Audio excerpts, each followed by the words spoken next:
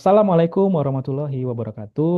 Om Swastiastu, Namo Buddhaya, Salam Kebajikan. Bertemu lagi dengan kami di podcast ASN Muda Bicara. Nah, ini adalah podcast dari kami 5 insan CPNS dari Kementerian Pekerjaan Umum. Begitu ya, kita di sini akan ngobrol-ngobrol mengenai isu-isu kontemporer di Indonesia. Saya di sini Yoga akan memandu podcast pada kesempatan ini.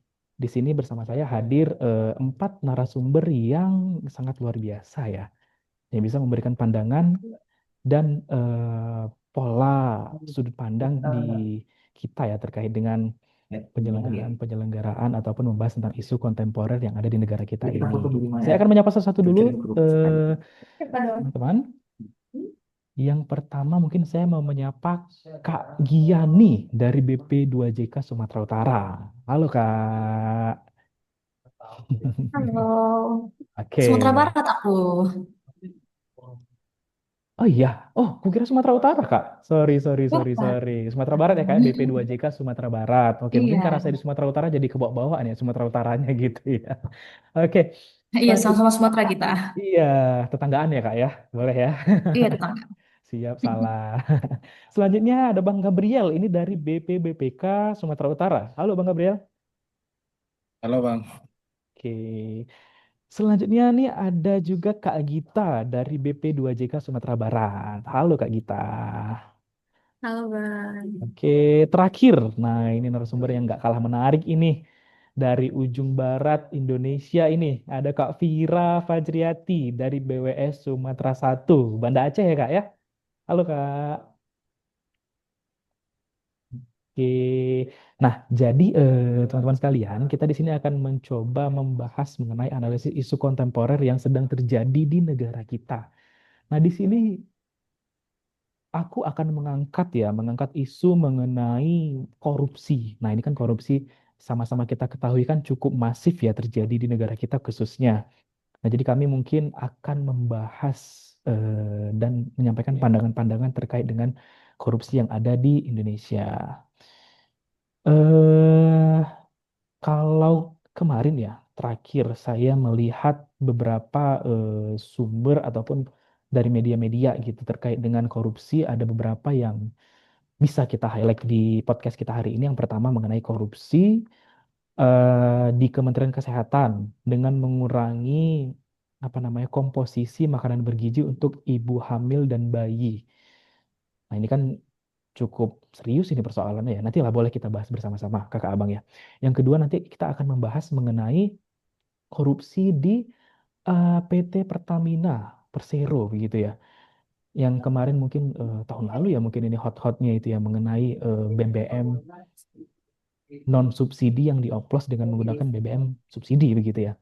Terakhir nanti kita akan membahas di sini mengenai pandangan kita terkait dengan korupsi yang terjadi di Kementerian Pendidikan, Kebudayaan, eh, Riset dan Teknologi. Kemendikbudristek ya kalau saya nggak salah. Iya, nantilah kita lihat sendiri bagaimana insight dan pandangan kita bersama ya abang kakak sekalian.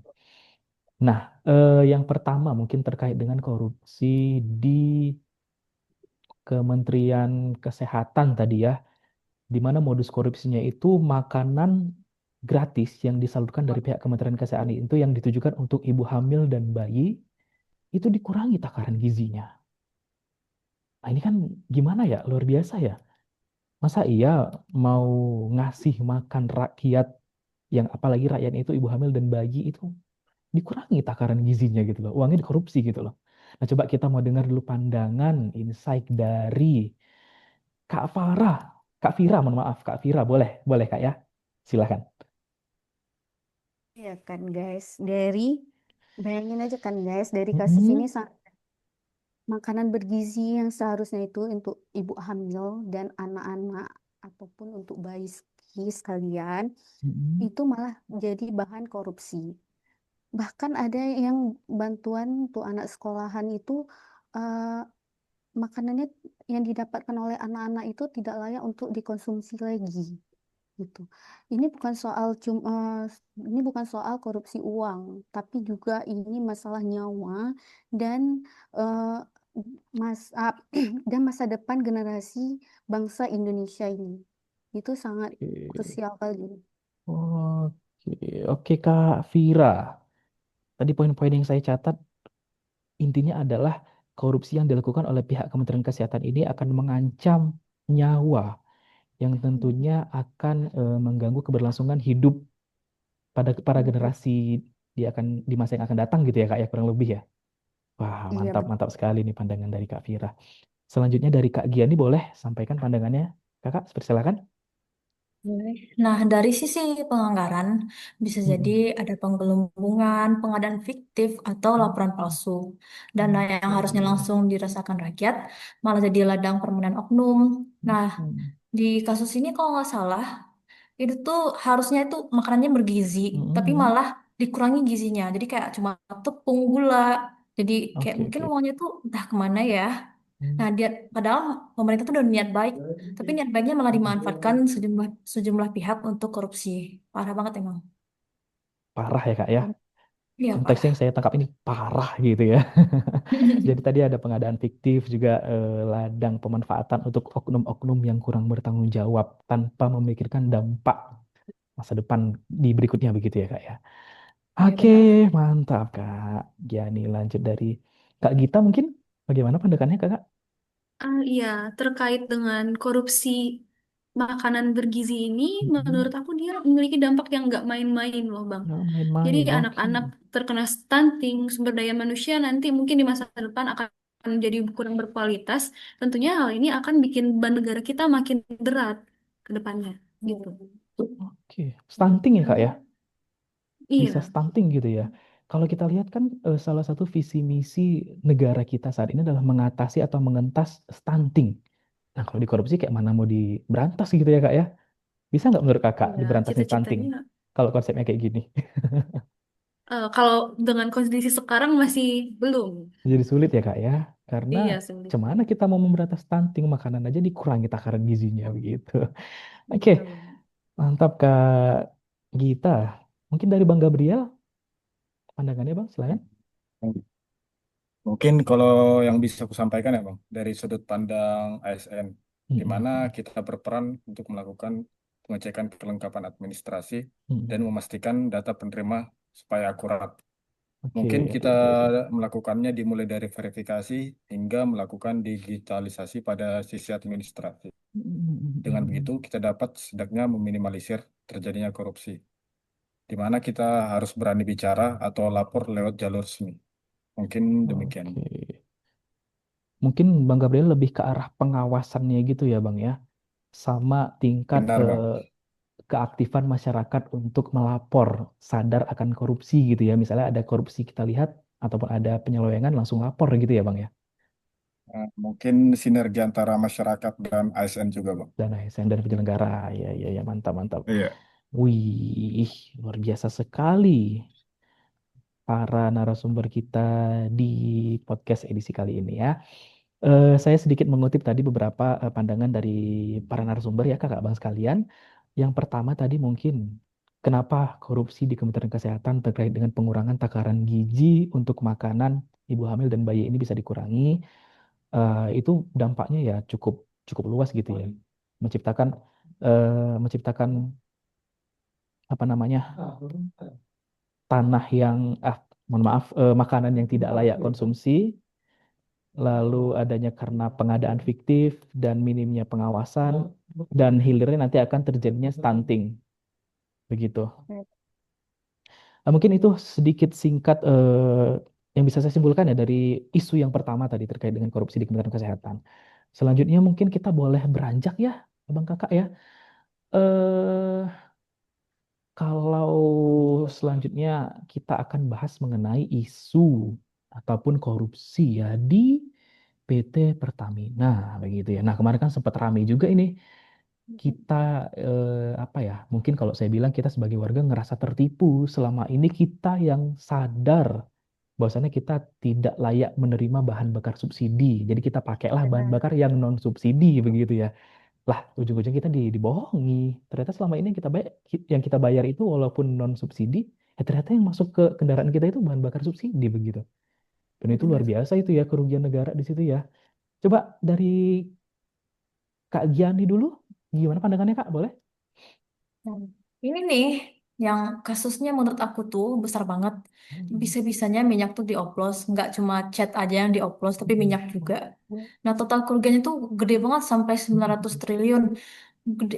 Kalau misalnya ditumpuk, uang segitu tuh bisa sampai luar angkasa loh. Terbaru ini tuh Oke. tersangkanya sampai 18 orang. Kayak berjamaah korupsinya. Korupsi Kasus, berjamaah. ya kasus Pertamina ini keterlaluan emang para oknumnya. Ini Iya benar. ini tuh bisa mempengaruhi stabilitas energi nasional, bisa terganggu Mm-mm. gitu loh. Oke, oke. 18 orang ya, Kak ya. Bukan hanya ibadah aja Hmm, yang bisa berjamaah ya, Kak. Korupsi bisa ya ternyata ya. Baru tahu nih aku di ya. sini. Oke. 980 T kurang lebih ya kerugian negara yang ditimbulkan akibat dari korupsi PT Pertamina. Ya, saya rasa kalau tadi Kakak bilang apa namanya membangun infrastruktur sampai ke luar angkasa ya bisa aja saya rasa buat jalan kita ke bulan gitu ya, terus kita nyebrang gitu ya kan. Oke. Iya benar. Siap, siap. Kak Yani. Terima kasih atas pandangannya, Kakak. Lanjut. Mungkin saya mau dengar dulu nih insight dari Kak Gita. Coba gimana, Kak? Iya, Bang. Jadi sama seperti kasus sebelumnya, kasus korupsi di Pertamina ini juga punya dampak yang besar gitu. Mm-mm. Apalagi misalnya kita di PU ini kan tahu banget ya bahwa proyek pembangunan sangat bergantung pada pasokan energi. Nah, kalau anggaran untuk energi ini sendiri sudah dikorupsi, pasti nanti untuk nilai subsidi juga bisa berkurang sehingga Oke, oke, menimbulkan oke. kenaikan pada harga BBM gitu. Mhm. Nah, hal ini pastinya akan berdampak dan pertama kali dirasakan itu adalah oleh masyarakat-masyarakat kecil, Bang. Nah, Mhm. selain itu juga dampaknya juga bisa terasa di bidang pembangunan jalan dan jembatan atau infrastruktur lain yang bisa tertunda karena biayanya naik. Nah, Mhm. jadi bisa disimpulkan bahwa dengan adanya korupsi di sektor energi ini memiliki efek domino yang bisa menjalar ke semua sektor gitu. Oke, oke, oke, oke. Tadi dari kenaikan harga BBM jadinya mungkin menciptakan kesulitan di tingkat masyarakat lagi, Kak ya. Berarti kan makin tinggi nih angka kemiskinan ya kan. Gitu ya arahnya ke situ ya. Juga mungkin menghambat proses distribusi, apalagi pembangunan infrastruktur ya pasti berjalannya makin lambat di sini ya kan.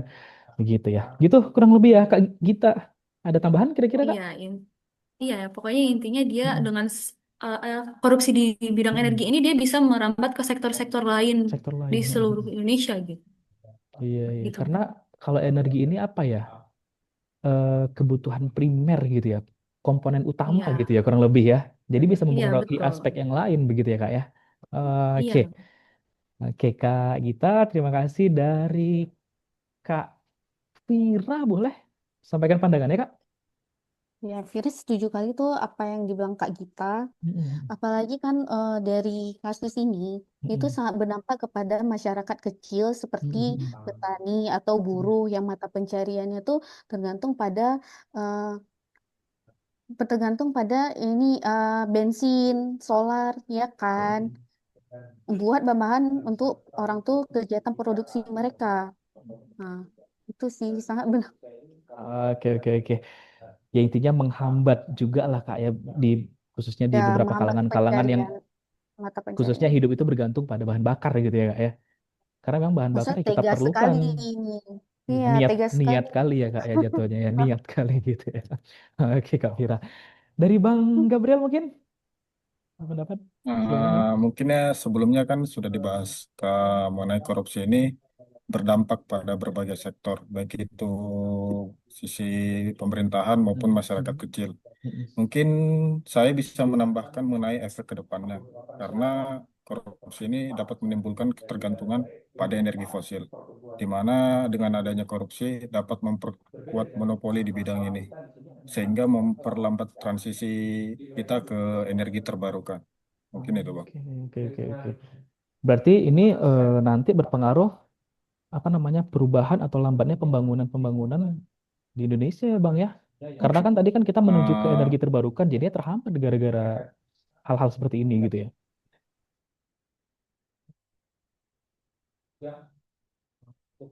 ya, hitungannya. Oke, oke, oke, oke. Oke, baik, mantap Bang Gabriel. Luar biasa sekali ya Bang Kakak narasumber kita pada podcast edisi kali ini ya. Tadi saya sedikit menyimpulkan, menyederhanakan dari apa yang disampaikan ataupun sudut pandang dari kakak abang sekalian ya. Bahwasannya korupsi ini memang korupsi yang di PT Pertamina ini khususnya ya. Ini merupakan kegiatan luar biasa gitu ya, yang melibatkan banyak pihak dan total kerugian negara yang ditimbulkan dari korupsi ini ya cukup fantastis begitu ya. Kalau misalnya kita bisa alihkan dana yang dikorupsi ini untuk pembangunan kan bisa banyak yang kita bangun untuk keberlanjutan bangsa dan negara gitu kurang lebih. Oke, kita lanjut ke isu korupsi yang ketiga. Di sini apa ya? Sektor pendidikan begitu ya. Kemarin sempat rame yang jadi sorotan dari pihak Kejaksaan Agung, korupsi mengenai pengadaan Chromebook di lingkungan Kementerian Pendidikan Kebudayaan Riset dan Teknologi Kemendikbudristek. Nah, di sini beberapa pelakunya gitu ya yang terlibat, ada tataran-tataran pimpinan begitu setingkat direktur dan sebagainya. Coba boleh kasih pandangan sedikit abang kakak sekalian mengenai korupsi pengadaan Chromebook yang terjadi di apa namanya Kementerian Pendidikan dan Kebudayaan ini. Dari siapa dulu? Boleh? Aku boleh, Bang. Ah, boleh Kak Gita silakan. Iya, oke. Jadi tentang pengadaan Chromebook ya, Bang, tadi. Nah, pengadaan Chromebook ini sebenarnya memiliki niat awal yang bagus, yaitu untuk mendukung pendidikan digital gitu. Berarti niat dari pemerintah itu sudah bagus. Tapi pada kondisi realnya di lapangan, di sekolah-sekolah yang ada di Indonesia itu masih banyak yang belum siap dengan listrik dan koneksi internet. Jadi, malah Chromebook-Chromebook yang sudah diadakan sebelumnya itu banyak yang tidak terpakai dan hanya disimpan saja.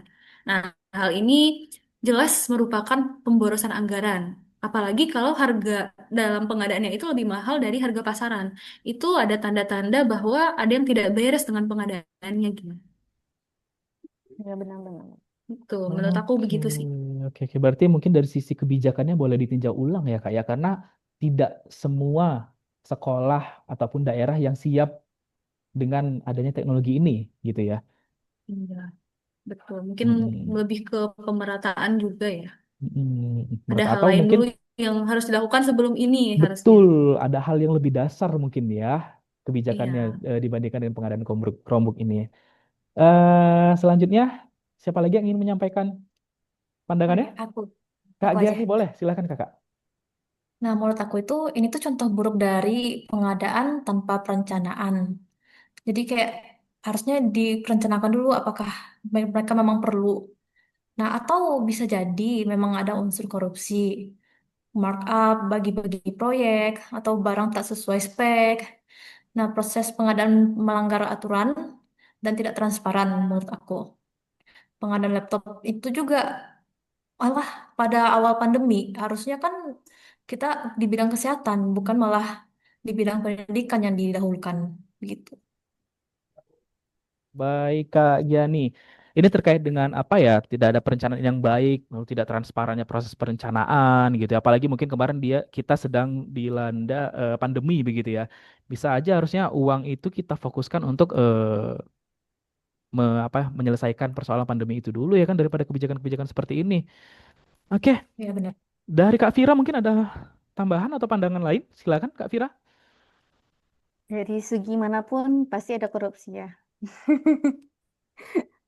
Nah, ini di Siap. masalah ini di isu pengadaan Chromebook ini sangat dirugikan di siswa dan guru ya di lingkungan sekolah. Harusnya kan teknologi itu bisa bantu mereka untuk proses belajar dan mengajar. Tapi ini malah menjadi alat politis dan proyek gagal fungsi untuk mereka belajar dan mengajar. Ini kan sangat krusial kali Oke, untuk oke, oke, masa oke. depan untuk masa depan bangsa pun dijadikan korupsi. Itu udah parah banget sih. Masa depan bangsa konteksnya ya Kak ya. Iya, Masa benar. depan bangsa aja dikorupsi gitu ya. Iya, Wah, ini kan luar untuk biasa sih ini. mencerdaskan bangsa ya kan? Betul. Padahal pencerdasan bangsa tuh masuk di dalam konstitusi ya, di Undang-Undang 1945 ya, di pembukaan Benar. alinea keempat, mencerdaskan kehidupan bangsa. Nah, itu aja pun dikorupsi ya kan. Nah, nggak paham juga lah Iya. kita ini ya Kak ya. Oke, siap. Dari Bang Gabriel mungkin pandangannya gimana Bang? Nah, mungkin di sini aku bisa menyoroti mengenai peran ASN dalam proses pengadaan ya, Bang. di mana peran ASN ini dalam proses pengadaan barang dan jasa itu sangat krusial, sehingga pengadaannya benar-benar bermanfaat, efisien, dan juga setidaknya bebas dari korupsi. Sehingga pengawasan harus dilakukan dari perencanaan hingga dengan pengawasan dan pelaporan. Oleh karena itu, sebagai ASN, kita harus benar-benar memahami peraturan tentang pengadaan barang dan jasa. Karena yang jadi acuan kita kan peraturan gitu. Oke, oke, oke. Berarti yang perlu dikuatkan dari sisi kitanya gitu ya Bang ya, selaku penyelenggara negara. Ya, Kita kuatkan dulu dari kita kitanya gitu ya. ya harus dimulai dari diri sendiri sih, Bu. Wah, mantap ini kata-kata yang sangat luar biasa ini. Gitu.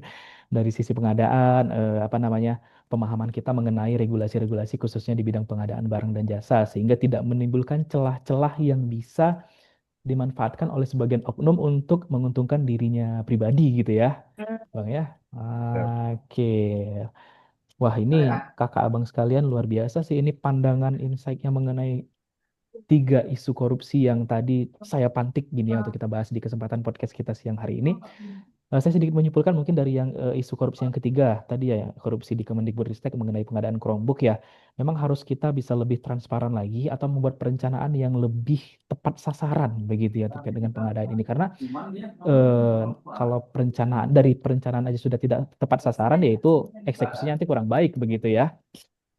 Iya benar. Eh, Lalu tadi apa namanya?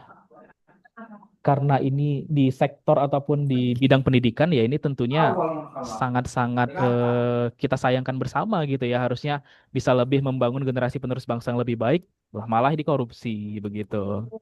Ya Kak Vira tadi ya. Iya Nah, benar. kalau diskusi sedikit nih Abang Kakak ya, kira-kira apa yang menjadi latar belakang atau faktor pendukung utama nggak usah lah kita katakan pejabat ya, seseorang atau siapapun itu untuk melakukan korupsi. Kira-kira apa, kakak abang?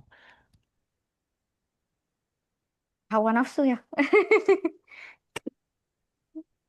Gimana kak? Hawa nafsu, Hawa nafsu. keinginan yang berlebihan untuk Oke, memiliki. oke kak, oke. Yang lain, abang kakak? Kalau menurut aku kayak egoisan ya, egonya. Egoisan, keegoisan. Wih, luar biasa ini. Hawa nafsu tadi berarti kembali ke sifat alami manusia ya, yang tidak pernah merasa puas Hmm. ya. Keegoisan juga ya, ya udah. Yang penting aku untung, yang lain gak untung nggak apa-apa gitu ya kak ya. Ada lagi pendapat lain, kakak abang? Sikap, bawaan, integritasnya kurang gitu. Terus juga ada kesempatan. Jadi Hmm, semuanya berkesinambungan gitu, iya, Bang. iya, iya, iya. Benar. Integritas yang kurang. Nah, itu cocok tuh dengan konteks kita sekarang. Kita harus menanamkan nilai-nilai integritas sejak dini, begitu ya, Kakak Abang ya? Kalau tadi Bener. konteksnya kesempatan, mungkin kayak kata Bang Napi ya, setiap kejahatan itu timbul karena adanya kesempatan gitu ya, waspadalah, waspadalah gitu ya, Kak ya. Dari Bang Gap, mungkin terakhir Bang Gabriel, Mungkin ya dipengaruhi oleh sekitar sih, Bang. Ikut sekitar, dipengaruhi. dia kan Kan. lingkungan juga mempengaruhi. Dan tuntutan juga ya Bang ya, mungkin dari orang-orang di sekitar ya. Dari Ya anak bisa istri jadi kalau mungkin itu, Bang. perlu skincare yang mahal Iya. gitu ya. Iya, iya, iya, iya. Siap, siap, siap. Enggak bermaksud diskriminasi ya kakak-kakak yang insight aja di kita. Oke, abang kakak sekalian, eh terakhir sebelum saya tutup satu kalimat mengenai koruptor. Oke, dari Kak Giani dulu boleh. Koruptor, kalau bisa hukumnya harus diperbaiki. Jadi nggak cuma runcing ke bawah, tapi tumpul ke atas, tapi lebih rata lagi. Lebih rata dari segi hukum. Oke, dari Bang Gabriel boleh? Mungkin satu kata aja, Bang, pencuri lah. Pencuri. Koruptor Siap, itu. siap, siap. Kak Gita. Menurut aku, koruptor itu adalah pengkhianat karena mereka bukan hanya mencuri uang negara, tetapi juga mengkhianati kepercayaan rakyat. Oke, pengkhianat bangsa. Dari Kak Fira nih Pengkhianat. terakhir. Berarti koruptor tuh memang harus diberantas karena dia kan termasuk musuh rakyat. Oke, Iya oke, kan? oke. Siap, siap, siap. Jadi mungkin kita selaku insan pekerjaan umum mungkin sama-sama berkomitmen ya kakak abang ya. Untuk tidak pernah melakukan korupsi bahkan apa namanya berniat merencanakan suatu korupsi ya. Jangan Ya. gitu ya kakak abang ya. Oke. Oke, teman-teman sekalian, mungkin demikian podcast kami ASN Muda Berbicara.